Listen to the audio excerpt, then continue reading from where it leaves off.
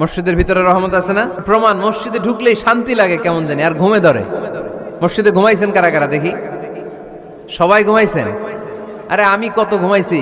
ঘুম আসে কারণ রহমতের ঝিরি ঝিরি বাড়িধারা আল্লাহ তাআলা আরশের উপর থেকে নাজিল করতে থাকেন, আর এই রহমতের কারণে হৃদয়টা প্রশান্ত হয়ে যায়, অনেকের ঘুমও চলে আসে। ঠিক কিনা?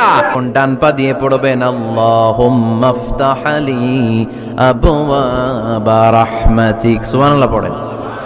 আল্লাহুম্মা ফতাহ লি, ও আল্লাহ আমার জন্য তুমি খুলে দাও আবওয়াবা রাহমাতিক, তোমার রহমতের দরজা।